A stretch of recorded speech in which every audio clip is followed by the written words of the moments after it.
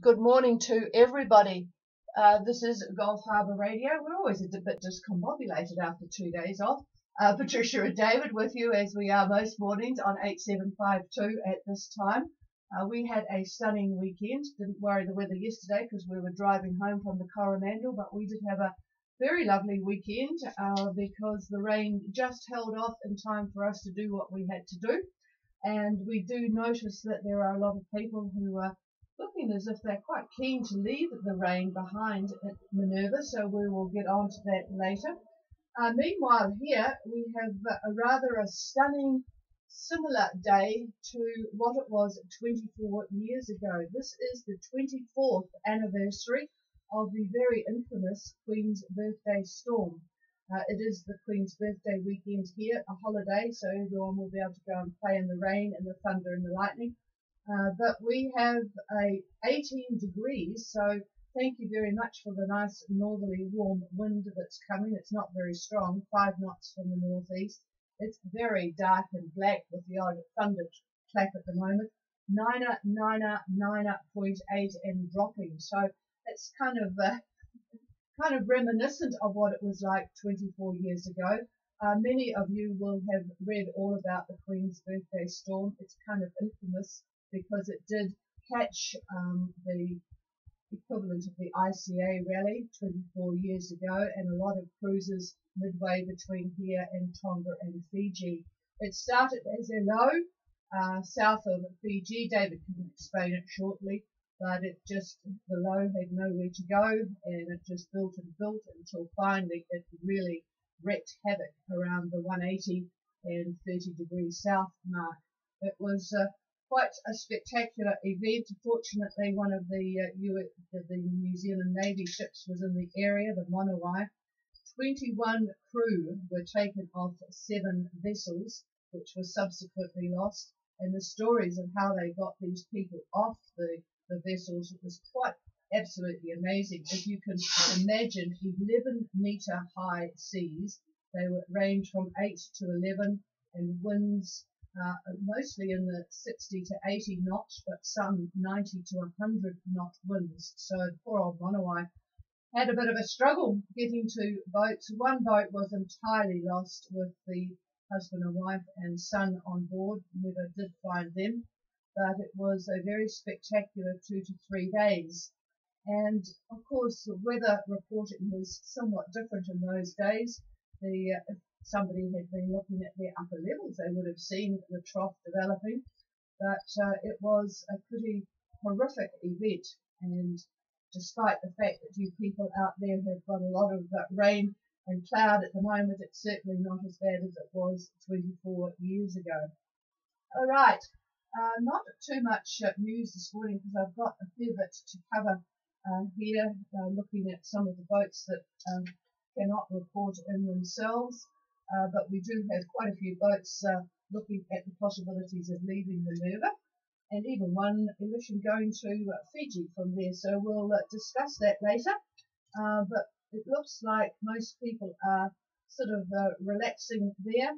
Heatwave, if you wouldn't mind just checking your position that you reported from Minerva, because either Minerva has grown significantly or it's not quite right in the latitude department.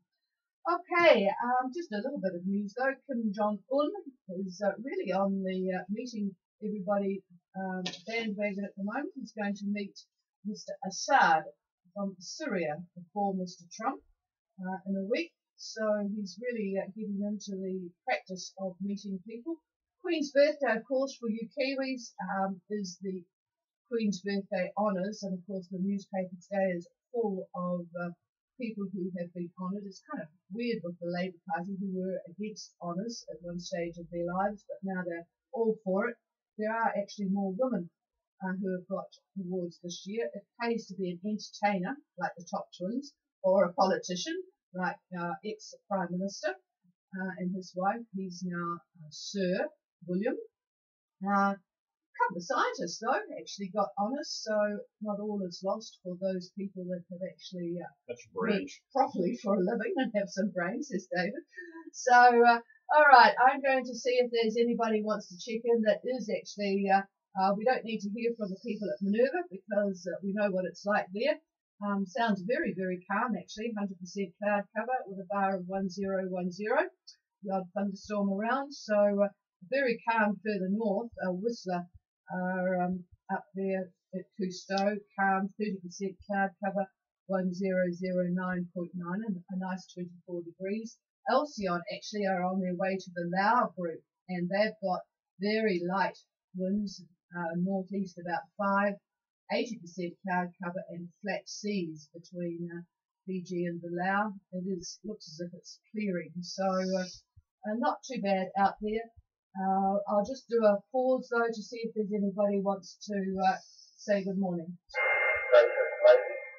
Gracious lady, whereabouts are you guys? On Friday,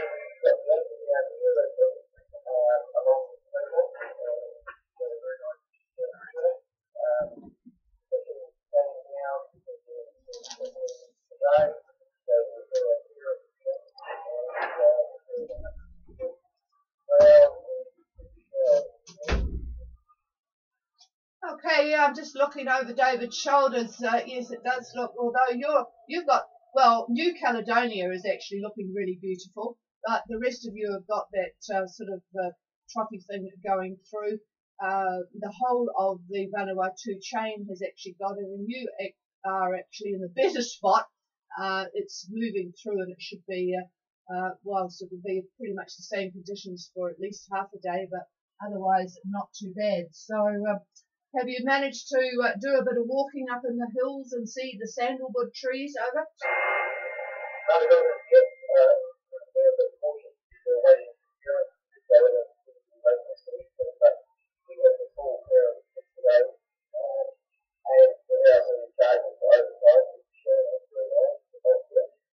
Oh, that's interesting. Mind you, they'll sock it to you when you leave. So, yeah, it does get a bit expensive with in Vanuatu when you leave, paying all sorts of fees for things like lights that don't exist in the life of it and that sort of thing.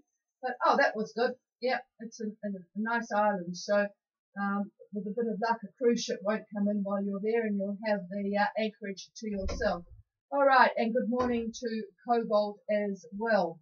David will be covering the passage north shortly. Here with you, and just good morning. I forgot to say good morning to the people on the streaming. It is actually raining hard in Whangarei at the moment, so I guess that's going to come to us at some stage because the wind is north-northeast, 10 knots up there. And yes, indeed, Elisham is looking to get from North Minerva to Fiji. I read that on their report there, and they're in a no-wind hole, which will be very, very nice. And EC was accurate on that one. David has been looking quite hard at these EC and GFS seem to have been doing a pretty good job lately. So, yep, and definitely warmer in Whangarei. Yeah, I'm enjoying this 18 degrees that we've got here, so that's pretty good. All right, we're clear with Gracious Lady. Is there anybody else? And Villomy, boy, you guys snuck into Suva just in the nick of time, over? Yeah, we were keeping an eye on it, and luckily we got in that time all around the north, just ignore the weather on our report, because Stan has been doing all the reports, and I just thought it was on the weather today here is southwest,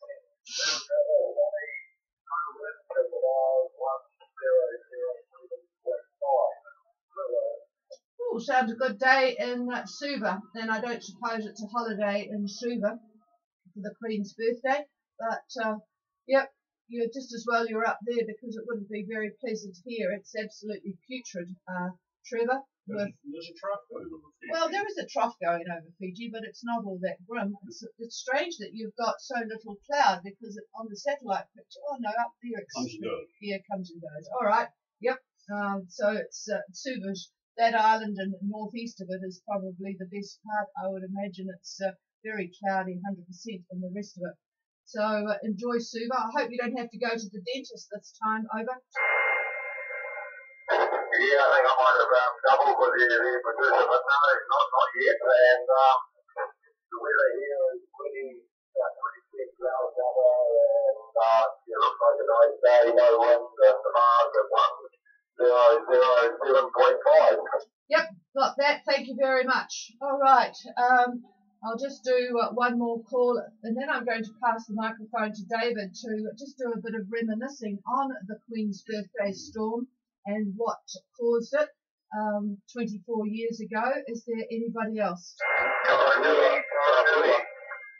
There's a couple there, and Toranui, I'll take you first, Graham, and there was a male voice in behind. Just stand by. Go ahead from Vavau. Good morning, Patricia. Good morning, David. We have about 80% cloud cover here and a northerly breeze of about 10 knots. And yes, quite a lovely day. Oh, sounds good. Yep. So northerly 10, 80% cloud cover and quite pleasant. Thank you, Graham. And thank you for that information which I passed on to the Moonsite folk. And I'll get it on our website one of these days. We're going to catch up on emails today, folks. We didn't do too well from Hey Hey, Ha Hey, the weekend. It wasn't great in terms of our internet access, and we were rather otherwise occupied. I'll clear with Toranui. Who was the vote in behind them? Sahula. Good morning, David. And it looks like you're on your way to Fiji. Over. Roger. Position 24 degrees 30.4 south, 178 degrees 26.4 east. We're doing around about 4 knots in a northerly of about 8 to 10 knots. We are headed to Suva. We're on a course of north of 015. There's a low swell and a calming sea, 30% south cover, and a barometer of all well aboard, Anna. Okay, all well on board. And I know Lynn will be interested in the fact that it's 24 years since the Queen's Birthday Storm, because they did a lot of work on the use of anchors, drogues, and all the rest of it to help boats who really at that time were not equipped well to handle enormous seas and those sorts of winds. So a lot of work was done, particularly by Lynn and Larry, looking at sea anchors and drogues and all the rest of it. And since then, of course, people are now far better equipped, which reminds me, David, we should really sell our parachute anchor and drogue, seeing as we're not using it anymore. And get some, let some people get more use of it than it will be on the good ship Chameleon. All right, clear with Sahula.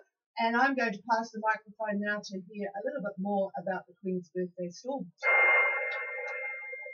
Yeah, good morning, everyone. And if you do bump into Sahula and see Lynn, they've written a book regarding this. There's been a lot of material written, of course, about sea anchors and drogues, but their one is a superior book. They've done a lot of actual experimentation, which is rare. Actual sea conditions, in other words. Anyway, the Queen's Birthday Storm, that's a real tragedy for sure, as Patricia pointed out. And all the signs were there. In fact, all of the signs are there now. We have an upper level trough, which was actually in place back then in 1994, but no one really paid any attention to it. We had polar dips in the isobars, surface isobars, that were up between the Fiji and Vanuatu area, which we do now. There was a strong high over New Zealand, which we have now, except that our high is a little bit further to the east. But this particular high was around 1036 millibars, so everything was there in place. The 500 millibar main ISO height showed that that storm probably was going to track the way it did, the way they track now is they take sort of an average between winds at the upper levels, more or less an average, quite a complicated set of formulas, and they're able to come up with a track. They didn't have that information then, but anyhow, the info was there. The storm tracked almost due south, and the problem with being in the path of a developing depression like that is your barometer doesn't really change. If you think about it, most of the boats that started out were still under the influence of the big high pressure, and they had, say, a barometric pressure of 1022, 1020, 1022, something like that. As that storm grew in intensity, the high really didn't go anywhere. It was more or less a blocking high, still very strong. A couple of days into the storm, it maybe mellowed to about a 1032 from a 1036. But if you hadn't changed very much your position, your barometric pressure wouldn't have moved. And so here you've got this fantastically powerful, dangerous storm bearing down on you. And the only difference in anything would be the wind change. You would have to see the direction of the wind. And of course, if you had satellite imagery, some boats, no, I don't think any boats had that. So just the people on land were able to track it via the satellite.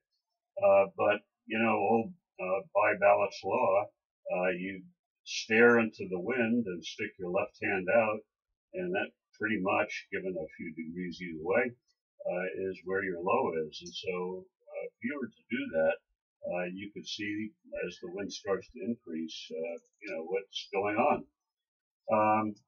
These winds, well, they say that when the winds get up to 30 knots and higher, we'll call it 30 knots for now, and you're out in the open ocean where the fetch is quite large. In other words, you don't have any breaks in a big island or something like that to knock some of the waves down. If you had open sea out there, the height of the seas fully developed are close enough to the actual barometric pressure, the last two numbers. So if you had a 1030 and you also had 30 knots of wind, the seas could be 30 feet. If you had winds of 35 knots, you could expect 35-foot seas.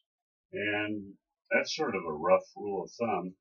And that's pretty much what the people had reported in this storm.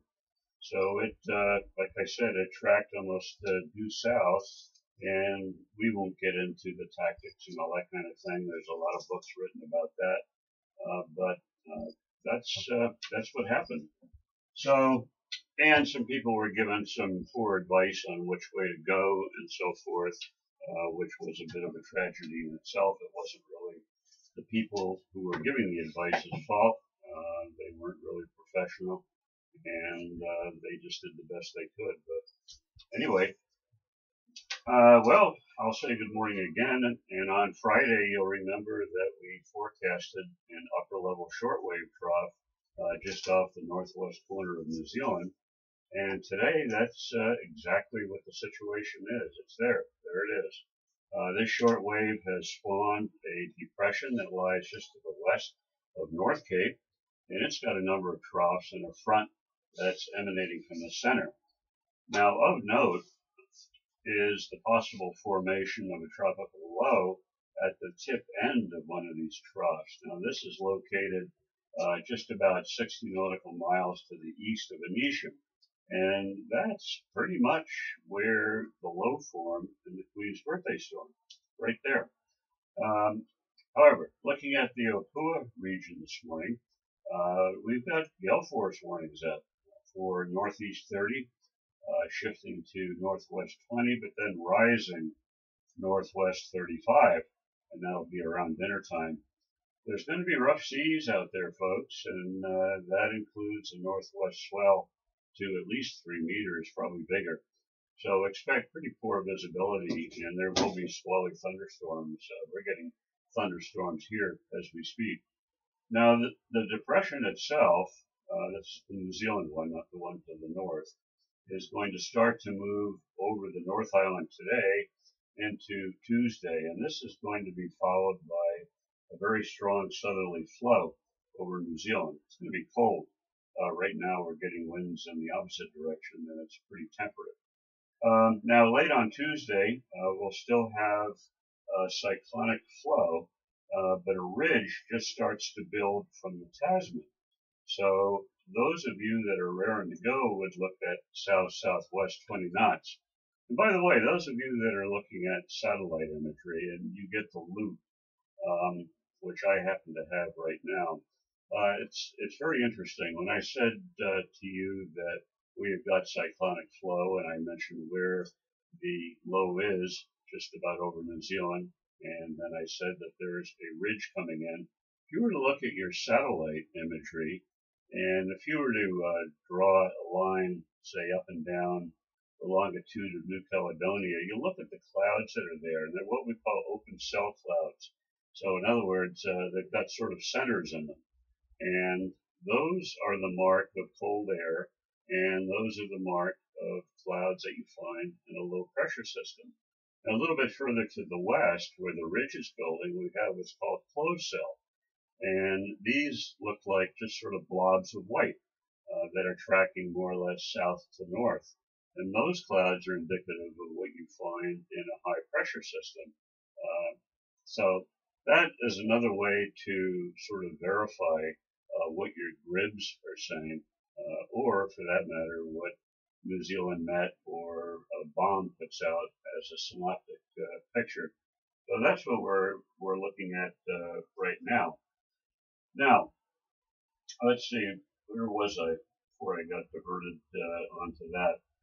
Now, this depression is going to start to move over the North Island, as I said, today into Tuesday, and it's going to be followed by a fairly strong southerly flow. And like I said, also that those of you that are wanting to go and see the south-southwest of 20. Now, Wednesday looks interesting. Still southwest 20 off of New Zealand, and that is going to be putting southerlies all the way up to New Caledonia, and southwest to west winds to Fiji or Tonga. Oh, that looks pretty good, I suppose, doesn't it? It's a little rough out there, but those winds are in a good direction. But by early Friday, this polar dip that we're talking about is going to be very, very obvious in the isobars, and that's going to occur over New Caledonia and southward, in between New Cal and Vanuatu. And it very much looks like a tropical depression is going to form over the Tanna Anisham area. And that's going to move more or less southerly, almost identical to the Queen's Birthday storm. Now, this depression is not going to be a monster like that one was, nor do we have a giant squash zone like we did back then, because our high will have moved east, but it's there. And the picture Saturday, if we were to look at Saturday, almost well, not quite a week from now, a low we will pick up on our prognosis. That low is going to be near 25 south with another area of convective activity over Tonga. So a low does in fact develop, and that's about where it's going to sit. Winds will be northeast to about 30 knots, 30 south, and in fact those winds will be 30 south all the way up to the disruptions in Tonga and also the low. So between the low and 30 south, that's the direction of the winds, right on the nose.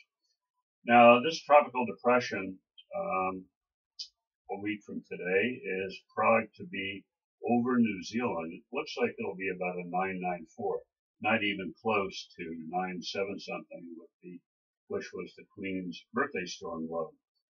So, well, as you know, we at Gulf Harbor Radio, we don't give advice. Yeah. And Trisha's saying, yeah. But, well, we don't. Anyway, this passage does not look like a good window to us. Again, it's not a replica of the infamous Queen's Birthday storm. If the high had stayed over New Zealand, it would be. But regardless, you may want to rethink what you're going to do. Okay, now for changing this a little bit for the yachts that are sitting at Minerva, quite a few. There is cloud from a trough that's to the north, and that does affect the reef. Winds in the mean are not too bad at all. We've gotten the reports from the yachts, and they're fairly mellow, actually, light to moderate, almost variable in terms of direction. I'm looking at southerlies, northwesterlies, and everything in between, really. Light air again on Tuesday, tomorrow, as the trough thins out just a little bit tomorrow. But probably a wind shift to the north-northeast with some easterlies from time to time thrown in to keep life interesting. So fairly light air to Tonga Tapu for those that are heading there, and that continues right through Wednesday.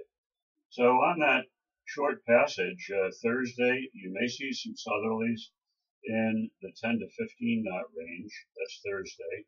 Plus the trough that currently is over Tonga will continue.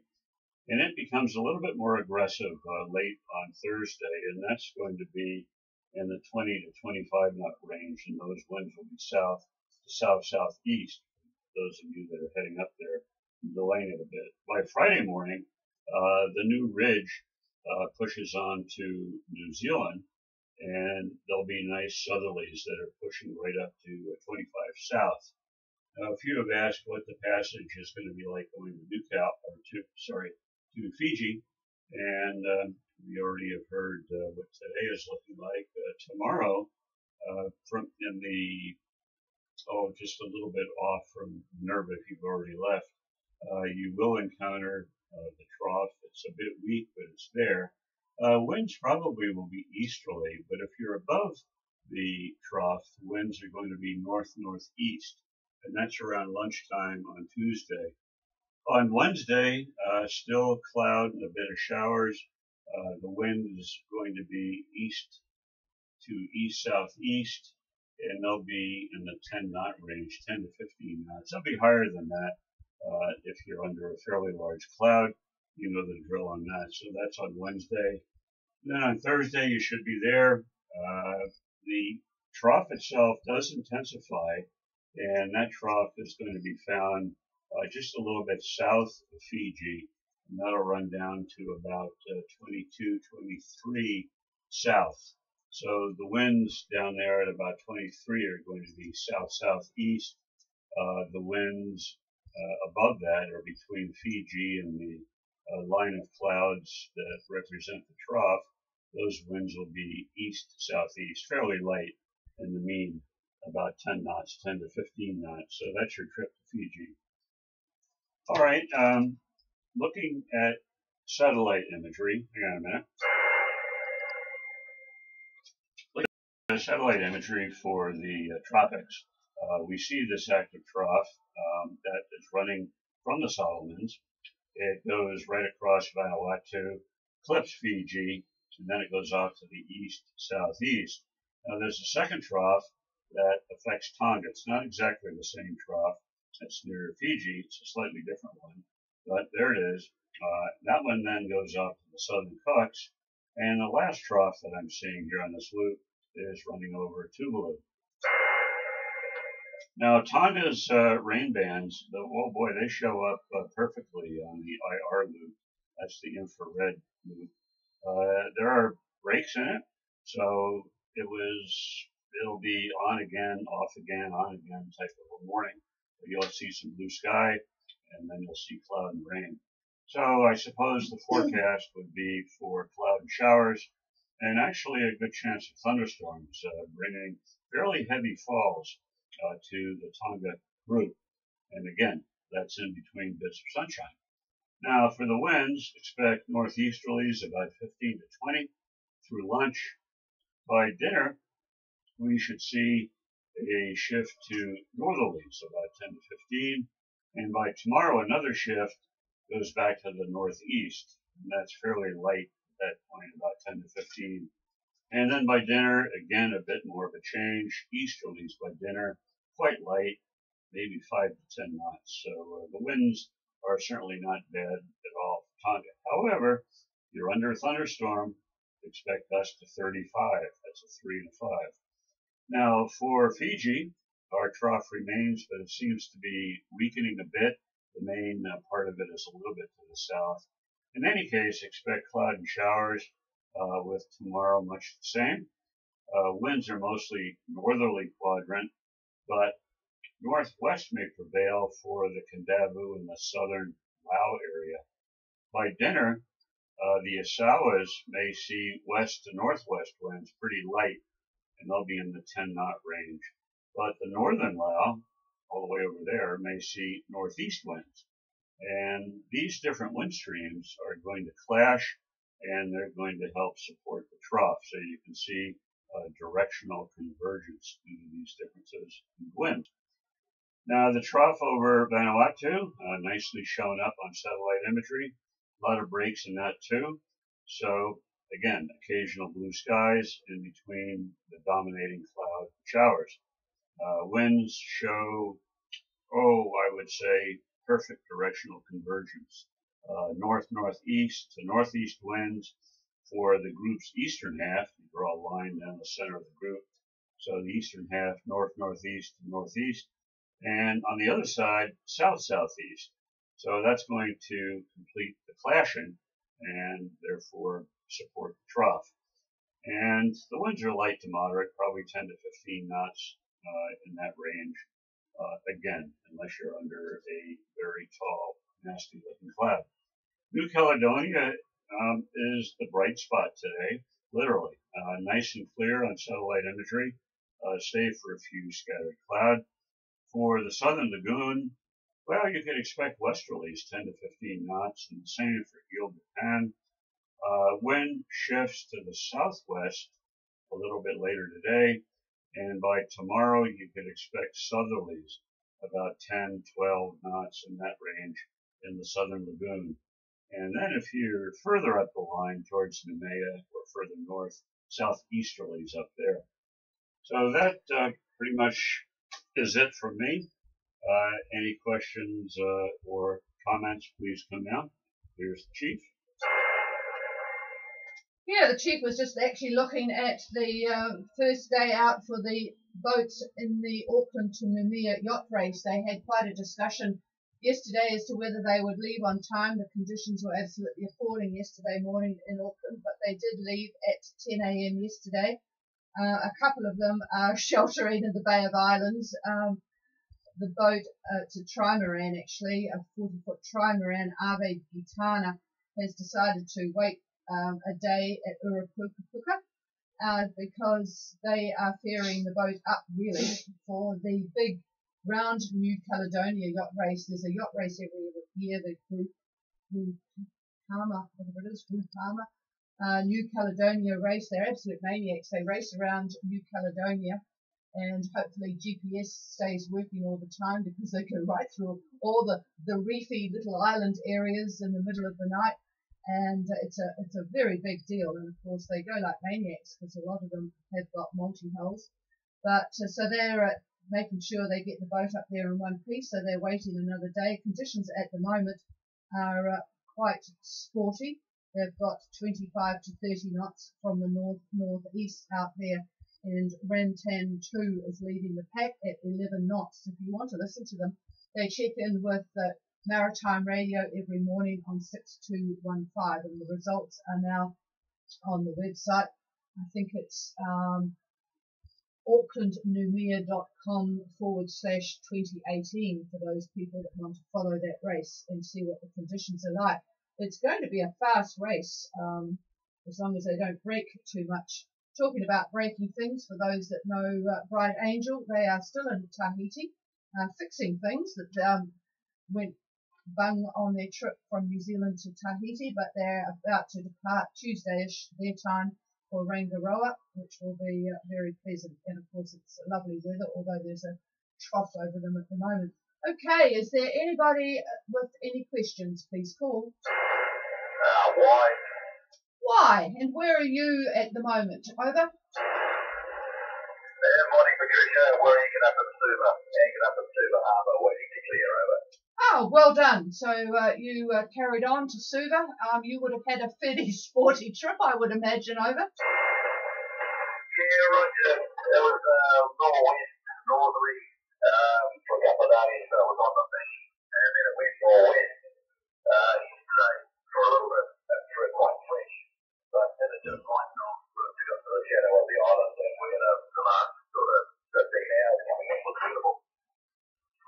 Oh, that's good. Good way to end. Get the boat organised again. And you've got a fantastic radio signal. Have you got a steel boat, over? It's 48-foot steel catamaran.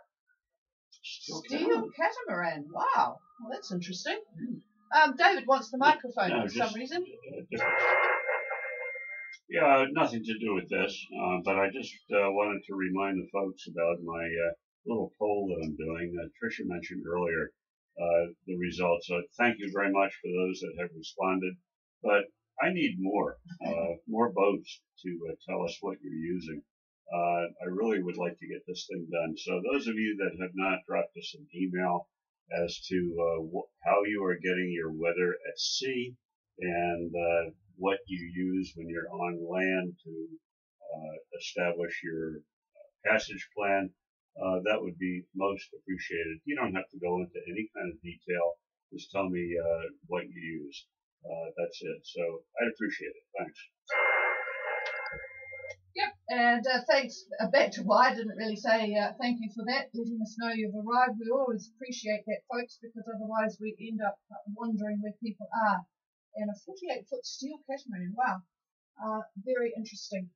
Okay, where was it made, by the way, if you're still near the microphone, over? Yeah, it was made in Wanganui, Patricia, Wanganui, and 1962. Survey catamaran we built in New Zealand in 1968. Goodness gracious, what a historic sort of boat then. So if you are in Suva, folks, and see an interesting looking catamaran, why is a steel catamaran built in 1968? Boy, that was a long time ago, wasn't it? Is that why they called it why? Yes, why they do it in steel? Why did they do it in steel? Yes. Alrighty. Oh, well, 1968 was an interesting year. Okay, Man on the Moon. You were in Vietnam. What else happened in 1968? All sorts of interesting things.